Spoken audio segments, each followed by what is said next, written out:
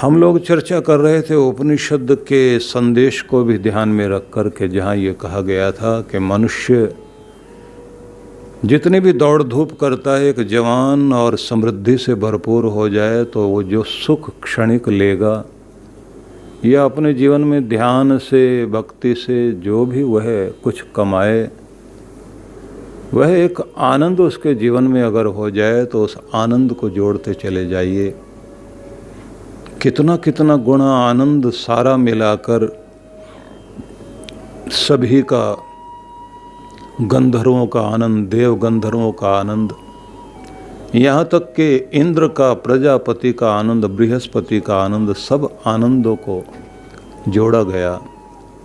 और सारे आनंदों को जोड़ने के बाद एक जगह जो इकट्ठा करके उसे देखा गया, कहा वह आनंद मिलता है ब्रह्म पद में। वह ब्रह्म पद है परमात्मा का आनंद धाम। उस आनंद धाम में, उस परमात्मा के परम धाम में जब हम लोग जुड़ जाते हैं या व्यक्ति जो है मुक्त होकर परमात्मा के आनंद में पहुंच जाता है, तो इतना बड़ा आनंद उसके अंदर समा जाता है कि जन्मों की जो पीड़ा उसने भोगी थी वो सारा दर्द निकल गया। जैसे कोई बिछड़ा हुआ बच्चा जंगल में भटकता हुआ अनेक पीड़ाओं को भोग करके और अपने माँ के पास पहुँचा हो, पिता के पास पहुँचा हो, और वहाँ जाकर उसका सारा भय समाप्त हो जाए, सारा दर्द समाप्त हो जाए, और वहाँ जो प्यार मिले और उसके बाद पिछली सारी पीड़ाएं सबको भुलाकर आंखें बंद करके अपने माँ बाप से चिपटकर वो जिस तरह से आनंदित होता है, ऐसे इस दुनिया में हम लोग मानो जंगल में भटक रहे थे। जब परमात्मा के धाम तक पहुँचते हैं तब उस परम आनंद की प्राप्ति होती है। लेकिन महान पुरुषों ने ये कहा कि जैसे अमृत जो है, देवताओं ने बांटते समय जो कुछ छलक गया था तो धरती पर गिर गया, कुछ चंद्रमा में पहुंच गया, वो अमृत कहाँ कहाँ था तो उसके लिए मेले लगे, तीर्थ बन गए। लेकिन फिर भी कहा गया कुछ हवाओं में तैर गया, कुछ सूरज की किरणों में पहुंच गया, कुछ पृथ्वी में चला गया, कुछ औषधियों में, वनस्पतियों में समा गया, कुछ भक्ति में चला गया, कुछ कर्म में चला गया, कुछ ज्ञान में चला गया। लेकिन अब मनुष्य अगर उसको ढूंढना चाहे तो कहाँ ढूंढे? तो जिस व्यक्ति को उस आनंद को ढूंढना है तो सबसे पहले ध्यान रखना चाहिए कि सूरज की किरण में वो आनंद है, और मिलता तब है जब सूरज मुस्कुराता हुआ धरती पर अपना प्रकाश फैलाने के लिए आता है तो सबसे पहले अमृत बांटता है। तो प्रभात की जो किरणें हैं वो अमृत वाली किरणें हैं, इसलिए उसको अमृत वेला कहा गया कि सूरज अभी आने वाला है, उसके कलश में कुछ है, कुछ तो वो अवसर लेकर आया है और कुछ वो जागृति लेकर आया, कुछ मुस्कान लेकर आया, कुछ सेहत लेकर आया, कुछ भक्ति लेकर आया। तो जो सुबह सुबह उठ कर के प्रभात वेला में सूरज के आने से पहले कहा जाता, धरती पर सूरज की किरणें पड़ने का जो समय है 3:40 पर सूरज की किरणों का प्रभाव धरती पर आना शुरू हो जाता है। और जो आपके लिए सबसे ज़्यादा सुंदर अवसर होता है जब आप 4 बजे के लगभग जाग करके और 7 बजे तक का जो समय होता है, ये समय बड़ा ही अद्भुत समय होता है। 3 घंटे का इस समय जो है, इसका लाभ कोई ले, उठकर आज का स्वागत करना शुरू कर लीजिए और साथ में कहिए ये एक बची हुई जिंदगी का, मेरी बची हुई जिंदगी का आज एक फिर से स्वर्णिम अवसर मेरे सामने है। मतलब जो दिन बीत चुके उसमें जिंदगी का एक और दिन जुड़ने जा रहा है, जो महान अवसर है। और यह नयापन लेकर आया है, नई किरणें लेकर आया, नए अवसर लेकर आया, फिर से मुझे जीने की आस देने के साथ साथ अनेक उपहार इसकी झोली में है। इसमें से मैं आनंद का रस निचोड़ सकूं, ये मेरा संकल्प और ये मेरी भावना। इस भावना को दृढ़ करना। तो उसमें से आपको आनंद छलकेगा।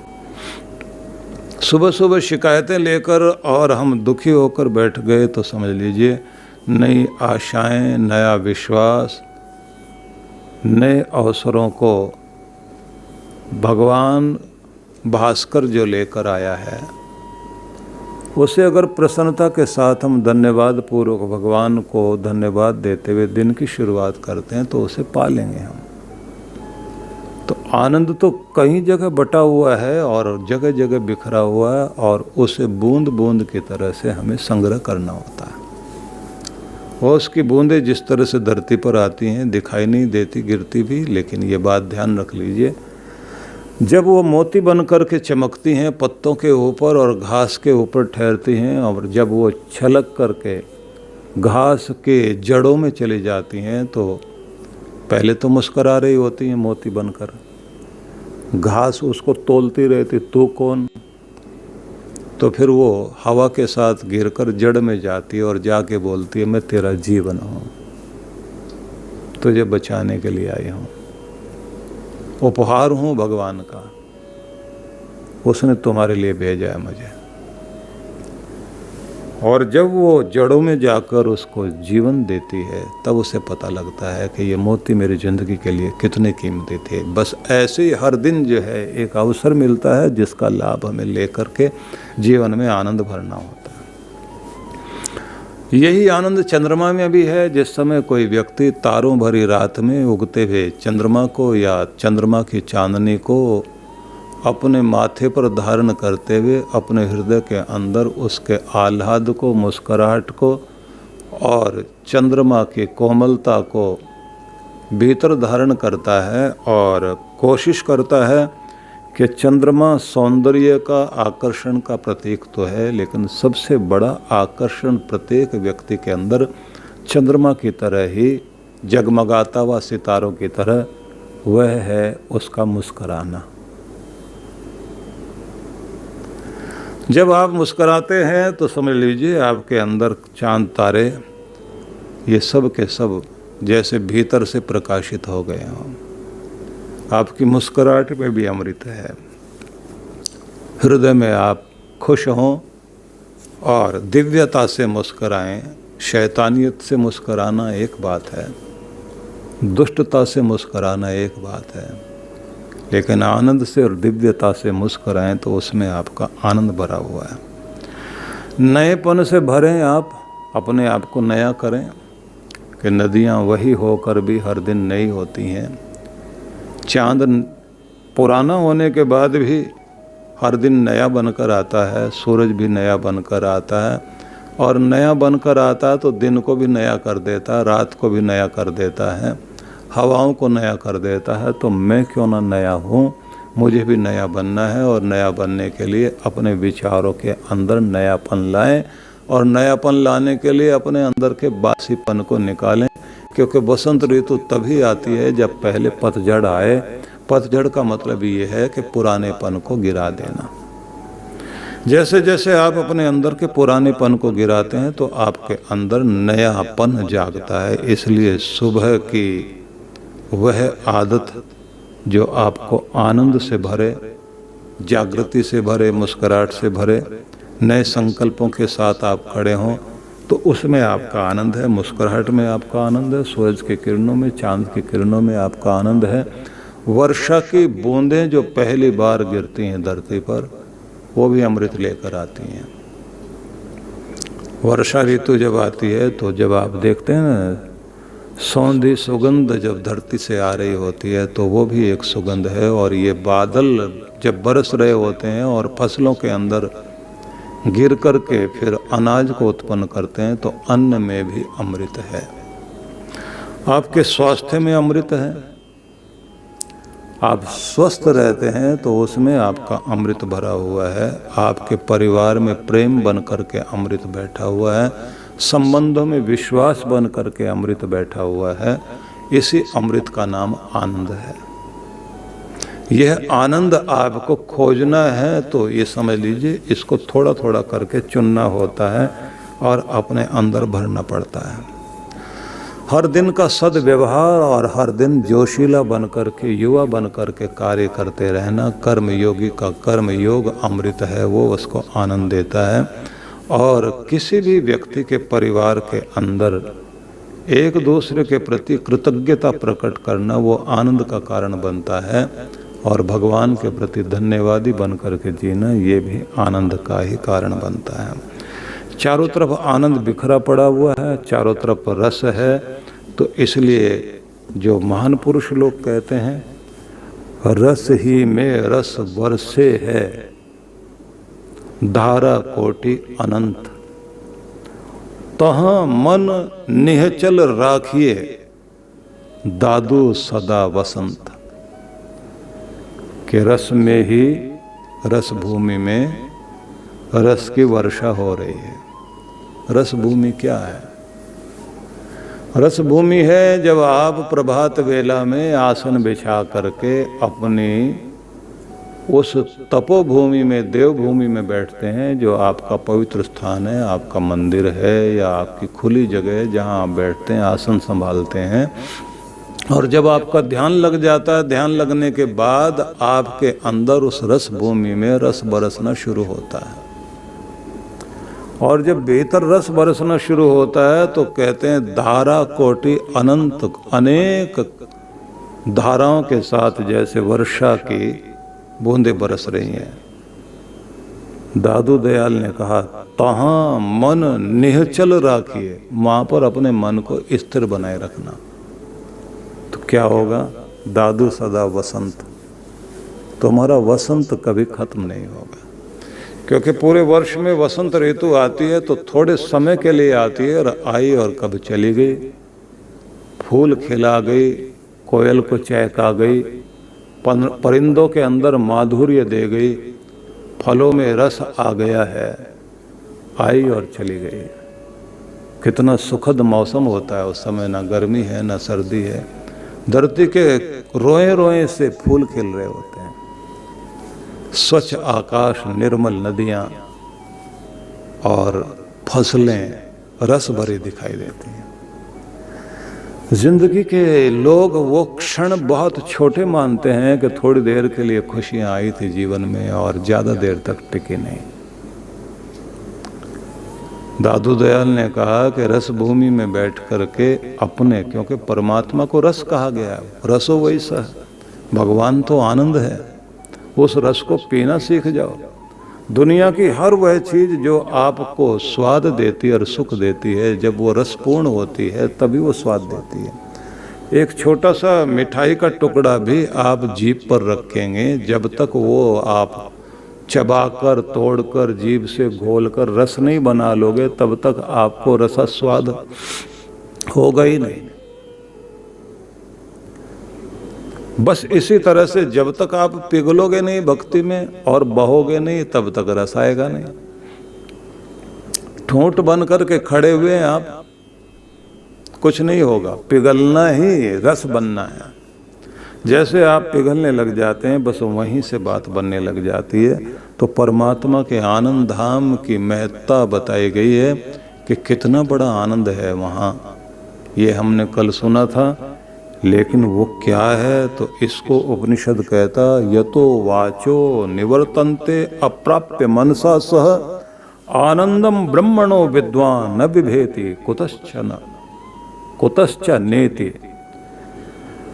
अर्थात वाणी मन के साथ जहाँ पहुँचकर, मतलब जहाँ पर मन भी जाए, वाणी भी जाए और जा करके वापस लौट आए और बता ही ना पाए, ना तो मन सोच पाया ना वाणी बोल पाए कि वो था क्या, परमात्मा का आनंद क्या था, उसे वो बता ना पाए।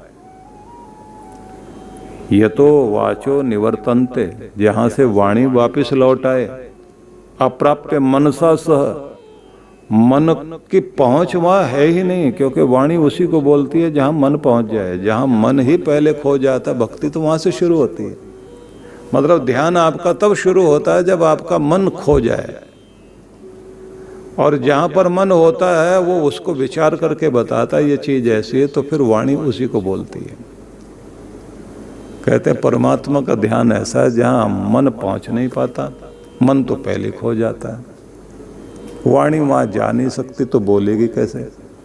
आनंदम ब्रह्मणो विद्वान, उस ब्रह्म के आनंद को जो जानता है, न बिभेति कुतश्च नेति, वह किसी से डरता नहीं। मतलब डर खत्म हो गए, चिंता गई, दुख गए, पीड़ाएं चली गई।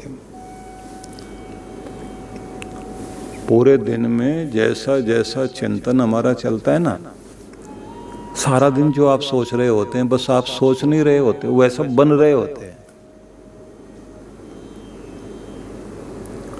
थोड़ी देर कुछ सोच लिया, उससे आपका कुछ न बनता न बिगड़ता। सारा दिन दिमाग में जो आपके बैठा हुआ और जो चल रहा है वो आपको बुन रहा है। जैसे कोई महिलाएं जो हैं उंगलियों से स्वेटर बुन रही होती हैं, आपका मन आपका व्यक्तित्व बना रहा होता है। सारा दिन एक ही तरह का विचार चल रहा होता है, मैं बड़ा गरीब, मैं बड़ा दुखी, मैं बड़ा बदनसीब, मेरे तो काम ही नहीं बनते, मेरे साथ तो ऐसा हो। बस वो व्यक्तित्व बनता ही जा रहा है। और जो कहता है काम बनते जा रहे, बड़ा खुश नसीब हूँ, कितने सारे लोग मेरे पीछे रह गए हैं, मेरे ऊपर मेरे भगवान की बड़ी कृपा है, मैं आगे बढ़ता जा रहा हूँ, नए नए आइडियाज आते जा रहे हैं, नए विचार नए तरीके ज़िंदगी के साथ जुड़ते जा रहे हैं, सफलताएं आ रही हैं। तो उसको अपने आप को कामयाब मानते मानते कामयाबी की तरफ और कदम बढ़ते हुए महसूस करते हुए अपने आप को ज़्यादा सफल और समृद्ध महसूस करता है। सारा दिन जो विचार आपके चलेंगे, इसलिए जब कहा जाता है ना कि चिंता तो आएगी, लेकिन चिंता को ठहरने मत देना और चिंता का कारण ढूंढकर उस चिंतन को करना जिससे चिंता को भगाया जा सके। व्यथा तो जिंदगी में आएगी, पीड़ा तो जीवन में आएगी, लेकिन आप उस व्यवस्था की तरफ ध्यान देना जो व्यथा को भगाती है। अगर उस व्यवस्था को आप सामने लेकर आओगे तो फिर व्यथा एक बार आई और आकर चली गई, दोबारा वो कहेगी कि इसने तो बैरिकेड लगा दिया और चारों तरफ जो है सुरक्षा कवच बना दिया है, तो यहाँ जाना ठीक नहीं है। आपने दीमक न लगे उसकी व्यवस्था कर दी है, तो दीमक भी वहाँ पहुँचकर बाहर देखती रहती है कि यहाँ जाना ठीक नहीं है, यहाँ काम खराब हो सकता है। इसने तो लक्ष्मण रेखा खींच दी है, वहाँ से भाग करके फिर दूसरे को ढूंढती है, दूसरा घर ढूंढती है। जहाँ नमी भी है, जहाँ कुछ इसी तरह का अनुकूल वातावरण उसको मिलता है, वो कहती है ये जगह ठीक है, यहाँ रहते हैं। दुख भी ढूंढ रहा होता, गरीबी भी ढूंढ रही होती, बदनसीबी भी ढूंढ रही होती कि किसके यहाँ जाएं। ये आदमी तो काम का रहा नहीं, इसने तो अपने आप को सुरक्षित कर लिया। तो जिसने अपनी व्यथा को मिटाने के लिए व्यवस्था कर ली है, तो व्यथा वहाँ न जाकर कहेगी इस बार थोड़े दिन तो इसके यहाँ मेहमान बन के रह लिए, लेकिन इसके यहाँ रहना ठीक नहीं, आदमी खराब है, दूसरी जगह चलते हैं जहाँ कोई हमारा ध्यान रखे, अपने को बदनसीब माने, अपना माथा पीटे, अपने आप को कोसे, अपनों को कोसे, माँ बाप को कोसे और हर आदमी को कहो कि सब मेरे लिए ही बुरा करते हैं। बस ऐसी जगह व्यथा जो है, पीड़ा, वो सोचती है बहुत सही आदमी है, इसके यहाँ रहेंगे, स्वागत करता है आते ही। ये तो खुद कोई माथा पीट रहा है तो हम इसको और बदनसीब बनाते हैं। तो इसलिए अपना आनंद आप ढूंढना चाहते हैं तो ये बात ध्यान रख लीजिए कि आपका मन, इसको प्रफुल्लित करो, इसमें अमृत बसाओ। चंद्रमा मनसो जातः कहा गया है, मन का चंद्रमा से संबंध है, चंद्रमा से मन है, मन से चंद्रमा है। तो आपके मन में चंद्र का वो रूप आ जाए जिसमें रस तो है, लेकिन चंद्रमा घटता बढ़ता रहता है, तो मन को कहा ये भी घटता बढ़ता है, तो इसे घटने बढ़ने मत दो, इस मन को परमात्मा के प्यार में खोने दो। ये भी बात ध्यान रख लीजिए कि प्रत्येक व्यक्ति के जीवन में दशाएं खराब होती रहती हैं, अच्छी भी होंगी बुरी भी होंगी। आज दशा अलग है, आज दशा अलग है। जब दशाएं अलग अलग तरह की होने लग जाएं तो फिर आप अपनी सही दिशा को ढूंढना शुरू कर दीजिए। अगर दिशा आपकी ठीक हो गई तो दशा ठीक होनी शुरू हो जाती है। सही डायरेक्शन में चलना शुरू कर दो, तब वहाँ आपका आनंद भरा पड़ा है।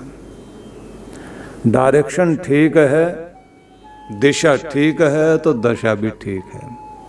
अगर दशा खराब है तो इसका मतलब गलत दिशा में जा रहे हो, उसी के कारण ये हाल हुआ है। और लोग जो विज्ञापन देते हैं कि क्या हाल बना रखा, कुछ लेते क्यों नहीं? अब क्या लेते हैं? कोई दवाई बेचने वाला बता रहा है कि ये दवाई लो, उसके बाद हाल ये नहीं रहेगा। लेकिन ये बात ध्यान रख लीजिए, आपका हाल जो बेहाल है वो सब ठीक हो जाएगा।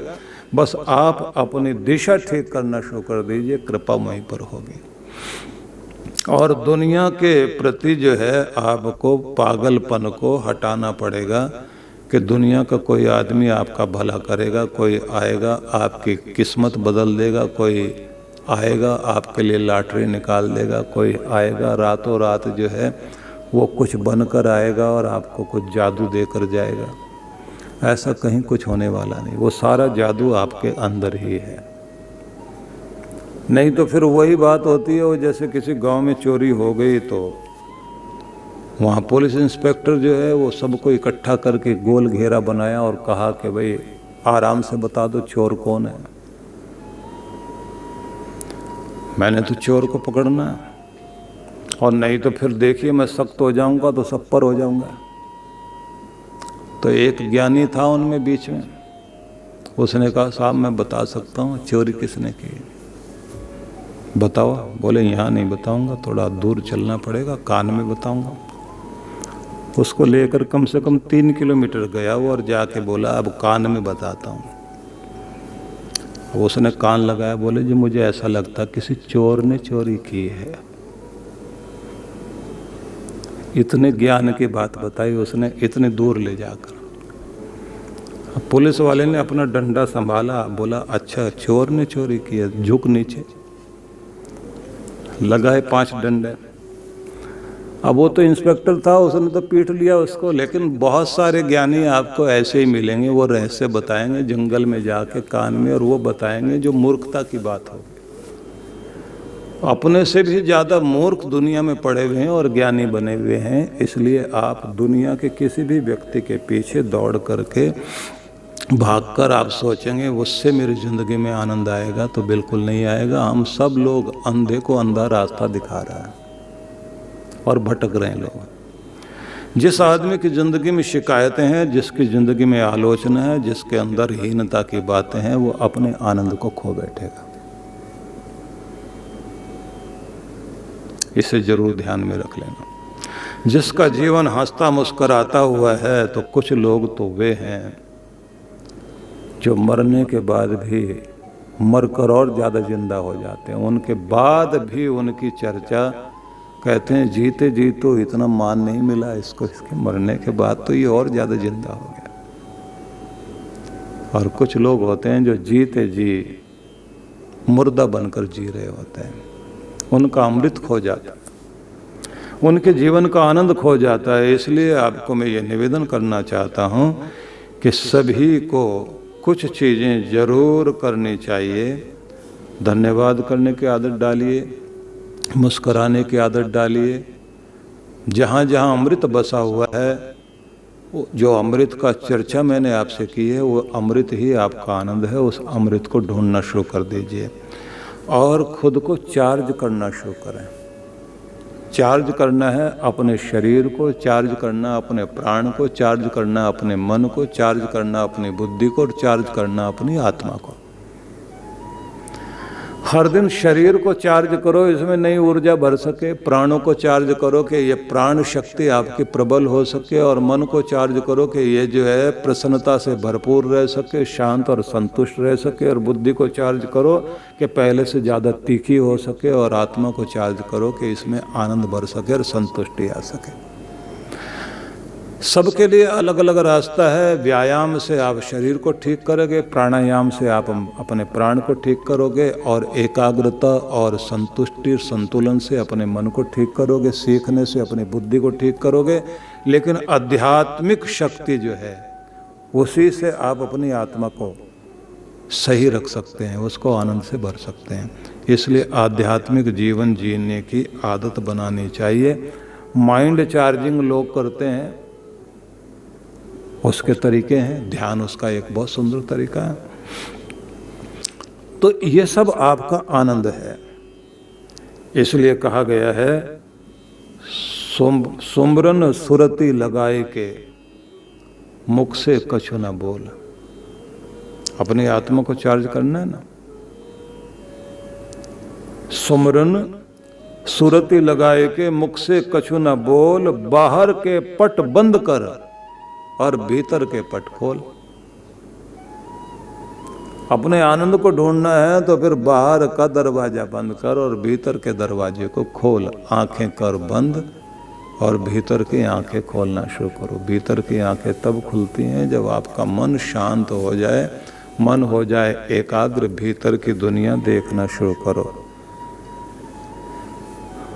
तुलसी साहब एक संत हुए हैं, उनका रत्न सागर नाम का एक ग्रंथ है। उसमें इस आनंद के संबंध में उन्होंने एक चर्चा की और चर्चा की है कि खसखस के दाने के अंदर, खसखस चौलाई, आपने चौलाई के लड्डू खाते हैं ना आप, उससे भी छोटा दाना खसखस का है, तिल से भी छोटा। खसखस के दाने के अंदर शहर खुदा का बसता है, परमात्मा का एक शहर बसता है। खसखस के दाने के अंदर शहर खुदा का बसता है। दृष्ट करे नैनों के तिल में, वहीं तो उसका रास्ता है। तुम्हारी आंखों में, नैनों के अंदर जो तिल है, उसके अंदर दृष्टि लगाओ, ध्यान लगाओ, वहां से उस शहर का रास्ता मिलता है। बड़े कमाल की बात कही कि उस शहर में जाने का रास्ता यहाँ से मिलता है, क्योंकि बहुत छोटी सी आँख, उस आँख के अंदर छोटा सा तिल, खसखस के दाने की तरह। वहाँ से आप ध्यान लगाकर अपने भीतर जाओ, मतलब आज्ञा चक्र में ध्यान टिकाइए, खुद को शांत कीजिए, मन शांत और ध्यान आपका। पहले तो कहते हैं ना, आँखों में ही ध्यान लगाओ, अपने आंखें बंद करके इसमें आनंद भरिए, आनंद की चमक लाइए खुली आंखों में, और फिर प्यार से आंखें बंद कर ले, और फिर इसी में देखते देखते इन दोनों के बीच में आज्ञा चक्र में स्थिर हो जाओ। यहाँ कोई आपने मेंटल स्क्रीन पर कोई चीज देखने की चेष्टा नहीं करनी, बस खो जाना है यहाँ। जितने शांत होते जाएंगे, यात्रा में यहाँ दौड़ नहीं लगानी होती, यहाँ ठहर जाना होता है। आप तो जैसे ट्रेन में आके बैठ गए, अब आपको तो स्थिर होना, आपको नहीं हिलना। हिलने वाली चीज हिल रही है, परमात्मा का जहाज ले जा रहा है आपको आगे, उस शहर में लेकर जाएगा। जैसे जैसे भीतर चलते चले जाओगे, जिसमें देखने से खुदा का शहर दिखाई देता है, वह शिव नेत्र है, थर्ड आई है। इसी में दिव्य लोक के दर्शन आपको होंगे। इसको पलटू साहब ने एक अलग अंदाज में कहा। उन्होंने कहा, उल्टा कुआं गगन में, आकाश में एक उल्टा कुआं है, किसमें जरे चिराग, उसके अंदर एक दिया जल रहा है। अब इसकी चर्चा करें, लेकिन समय तो पूरा समाप्त हो गया ना, चर्चा तो कल होगी। आज तो हम वहां तक पहुंचे हैं। आज के लिए बस ये बात ध्यान रख लीजिए कि आज का संकल्प आपका पूरा हो जाए। मधुर मुस्कान, जोश, आनंद, अपना अमृत जहाँ जहाँ बसा उसे खोजना शुरू कर दीजिए और अपने आप को आनंद से भरना शुरू करो। और अपने ध्यान में जाओ, क्योंकि 5 चार्जिंग आपको मैंने बताई। अब आत्मा की चार्जिंग की बात कर रहे हैं, जहाँ से आपको आनंद मिलता है। और आपको वो चर्चा शुरू की है मैंने कि आपके खसखस के दाने में एक शहर बसा हुआ है, और उसका रास्ता कहाँ से जाता है, तो कहते हैं इन आँखों के तिल में, यहाँ से रास्ता शुरू होता है। यहाँ से तुम अंदर जाओगे, ये शिव नेत्र है, ये त्रिकुटी है, ये त्रिवेणी है, भाग्य चक्र यही है। इस स्थान पर आपको स्थिर हो जाना है। यहाँ से गुरु आपके लिए मार्गदर्शक बनता है। पुस्तकें सिर्फ नक्शे हैं, उन नक्शों से आप कहीं नहीं पहुँच सकते, रास्ता खोजना पड़ता है। नक्शे को समझ लीजिए, चलना खुद पड़ता है।